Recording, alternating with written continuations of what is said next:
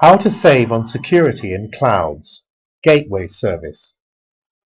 In this course you will learn how a concept of ownership changes requirements to implementation of traditional security systems in cloud computing and service-oriented ecosystem. Why effectiveness of regular single sign-on becomes questionable in the clouds. An answer to a question. Does propagation of an end-user identity make sense in clouds and SO ecosystem? How service-oriented approach to security, which is divided by ownership boundaries, can solve a problem of interactions across security realms. What a special type of service is represented by a gateway service. How a gateway service can replace expensive centralized authentication and authorization systems assumed to work in between cloud platforms. Security and SO ecosystem. In business, everything has an owner. It may be an individual or collective owner. It may be an enterprise, consortium, or government, but it is still an owner. This means that we are surrounded by visible or invisible ownership boundaries. In an enterprise, business ownership boundaries exist, but they are semi-transparent because the main ownership realm still belongs to the enterprise. This is why it is possible creating an enterprise single sign-on, SSO, and global entitlement, GE solutions.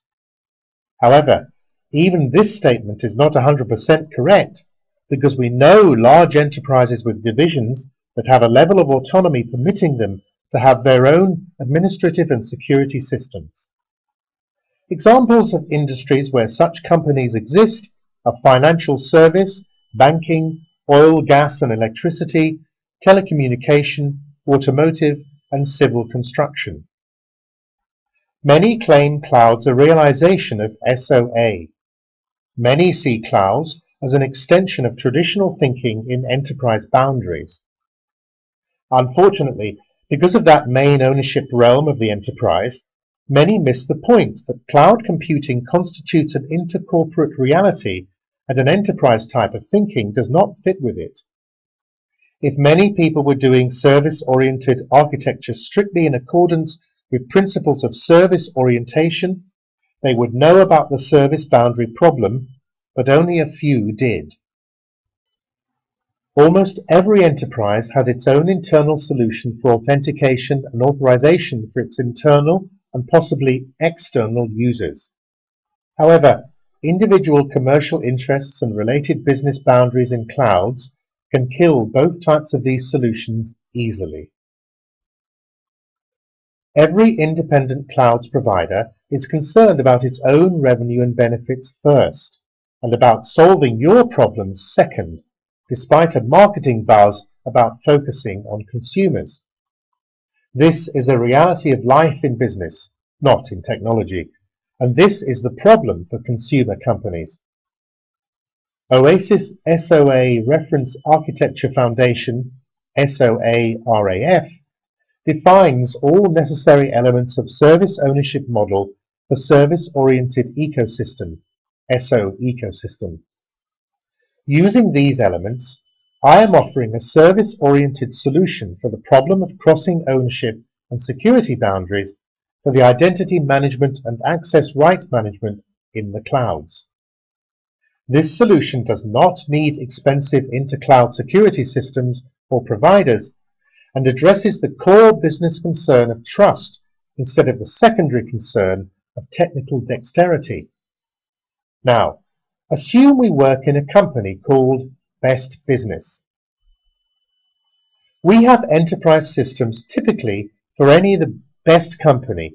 Particularly, we have ERP and CRM systems, special systems for HR, master data management system, and a data warehouse, which provides all others with data. All of these systems are under the protection of our own authentication, i.e. single sign-on, solution and our authorization, i.e. entitlement solution. We work well and deserve a nice facade. One day, our management decided to place some of our systems with cloud providers, the same as a few of our neighbours did. So we contracted 3 platform cloud providers who were the best in their business areas and distributed CRM, HR and MDM systems onto their platforms. An amount of saved funds really impressed not only our managers but us as well. Next day, we found that our SSO and entitlement did not work anymore, and we had to learn special passwords for each of hired cloud provider platforms, plus our own systems deployed there required new passwords as well. We were in shock because our internal ERP and data warehouse should be modified since they had to include these new passwords into their automated communication protocols. All these required more work, and it had its cost, but we were still enthusiastic. We asked cloud providers to unify their security requirements for our systems, but they declined. We asked them to establish secured information exchange between their security realms to allow our systems to interact as they did before, but cloud providers declined again. They said it was economically unfeasible for them. However, it looked more like they could not agree on who would own the intercloud security system and who would pay fees for the use of it. Also, they had many other consumer companies that did not ask for anything like we did, i.e. building a special security solution only for our benefits might be unfeasible for them indeed. In clouds and SO ecosystem. At this moment, a few cloud broker providers approached us with offers to become security intermediaries between us and those providers who we had hired already. But we had learned from our experience and started with an estimate of how much we would need to change our systems and pay to these cloud brokers. We discovered that brokers had only one mechanism for crossing cloud providers' security realms. It was articulated like this: you guys have to agree on using our security systems, and we will serve you the best possible way. They said that when our ERP system needed to communicate with our HR system in the clouds, the ERP had to send a request to the broker, which would communicate with the security realm of the HR best cloud provider and obtain authenticated and authorized token for our HR system. This token would be returned to the ERP system. Now, the ERP system would be able to send its request together with the token directly to our HR system in the clouds. That is, in essence, they said the same as Microsoft, IBM and Oracle say to their consumers: agree that we will mediate between your systems and you will pay us for this. Our security specialists were happy because this solution did not differ from what we had before inside our organization. However, our business disagreed. They said that we had to pay brokers for each transaction and for the amount of data we move between systems. Our calculations show that after all our saving on clouds, it did not look that attractive anymore. Nonetheless, the major problem was with the broker itself. We had no control over the broker. We could not be sure that the provided token would lead to our HR systems and not to a bogus one. We did not know if this token was returned to us only and not to our competitors or any other interested parties as well. Finally, we did not know how to protect our HR system if this token would be intercepted by unauthorized third parties. Thus, our business did not trust a broker-based solution as it did not trust the PKI solution before. Well, we have solved this problem, but in a different way, and we will tell you how we did it. Approach to security problem. First of all, we turned our attention to services and service orientation because all cloud providers claim to provide services to us. We have found that the only service-oriented architecture specification that talks about service and security boundaries is OASIS SOA RAF. This specification also explains the meaning and the role of service contracts between independent consumers and service providers, i.e., about the situation we have with our cloud providers.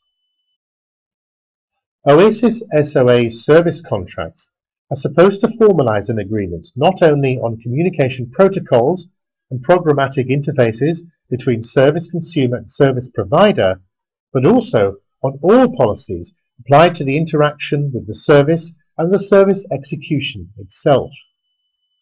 If we would know about this, we certainly were able to define our contracts with the cloud providers where we dictated the security rules.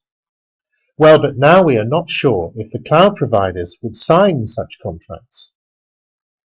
We have also learned that if a policy is not included in the service contract, the service provider is not obliged to apply it. Moreover, if any intermediary or centralized security control has a policy that is not included in the service contract, this policy has no authority on the service interactions between the consumer and the service. So we have understood finally that there is no such thing as SSO in clouds because of ownership boundaries and competing commercial interests of cloud providers. Actually, the same conclusion is applicable to the centralized entitlement. All access rights to the features and interfaces of independent services are regulated by individual service contracts. As a consequence, any service security realm should be realized via a chain of service contracts.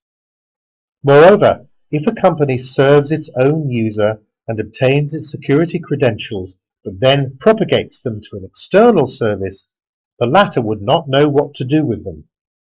This user is unknown to that service because the service deals with the company, not with the user. In our case, we could set direct contracts with each cloud provider, but it would be too complex and expensive. Plus, we had to perform as a cloud broker ourselves, since nobody offered us an ability to cross from one provider's security realm into another one. Service cloud security problem. Here is what we have done. The platform cloud providers had their own authentication and authorization authorities that covered several services and formed their security realms. We created 3 services in our security realm, one service for each platform cloud provider. The services have been designed in a special way that we called gateway. Each of our own gateway services joined security realms of one of our platform cloud providers. That is, the gateway service appeared under security controls of 2 different authorities. As a local service for example, HR Best Cloud Providers realm, our gateway service was able to interact directly and trustfully with our HR system wrapped into a delegate type service. As a member of our own corporate security realm, the gateway service can serve requests from our internal ERP and data warehouse systems under our own SSO and entitlement policies. The gateway services have implemented a business functionality known as business trust and operated as bridges between pairs of independent organizations, our best business, and in this case the best HR cloud provider, the best MDM cloud provider, and the best CRM cloud provider, respectively. Because of the lightweight functionality of gateway services, their TCO is noticeably lower than the cost of interactions with the cloud broker providers. Plus, the gateway services are under our full control, and we avoid business dependency from the commercial behavior of the cloud providers. Capabilities of the gateway service. Our findings have not stopped at the solution for our 3 cloud-based deployments. The type of gateway service is a general solution for inter-cloud security problems in authentication and authorization areas, but not only. For global companies, where separate departments are quasi-independent organizations with their own security systems, The gateway services allow crossing service boundaries in a service-oriented way. This is especially effective in international enterprises with a presence in different economic and political zones. The laws and local policies may be easily addressed by local security systems. When they apply to the gateway services, it eliminates potential conflicts with the security realm of the company. Additionally, gateway services, as local services, may access service registry repository of the realm they exposed into with no problems. That is, they can learn business capabilities of the services in that realm and advertise them in their own realms, fulfilling the gateway function. This allows the consumers of their realm to become aware of the services in the foreign realm and access them via gateway services. In this scenario, a gateway service plays a role of a proxy of the Foreign Service Registry repository. There may be as many gateway services in your realm as the number of foreign realms you want to work with. You control where the gateway service is exposed to. Apparently, the gateway services may be provided by a third-party company. You do not need to own them, but this company should operate strictly under the control of your policies and procedures, under the control of your Authentication and Authorisation Authority. This control is the fundamental difference between a gateway service and an external mediating cloud provider. A gateway service is a good candidate for an open source implementation as well. In the end, let me say that it is important to distinguish between the described gateway service and an ESB. A gateway service is a service, first of all, with all service attributes and responsibilities. If we deal with business domains and related ownership or security boundaries, the gateway service is a business service with business responsibilities and position in business transactions. This business service is accountable to all its consumers for all business functionality it represents, and it is responsible for all service contracts it maintains with services in another realm. An ESB system, as we know it today, is only an infrastructure platform with no business responsibilities of its own. A gateway service can utilize ESB, but also can work without it. They are not the same. In a real-world SO ecosystem and clouds, implementation of authentication and authorization may be significantly simplified in comparison to existing cloud solutions. The service contract is the instrument that allows a company to stay in control instead of relying on honesty, decency, and good mood of cloud providers. Gateway services allows the elimination of a pyramid of external authorities that appears when trying to cross authority boundaries by introducing another level of authorities. This can also reduce TCO of security solutions for intercloud interactions. In contrast to the ESB, a gateway service is a real business service with all related business responsibilities in business transactions and related values. Gateway services do not require any new technologies, but provide particular business behavior based on the concept of service contract defined in OASIS SOA RAF specification. Thank you. Thank you for your time and attention. I hope you have found useful information in the course. If you have any related questions, please post and I will do my best to respond as soon as I can. Also, you are very welcome to post your opinion and considerations about the course in the same forum. If you have a consulting proposal with regard to this or another course, or a blog post, please use Contact Me, instant messaging on my website to contact me directly. Thank you again, and good luck.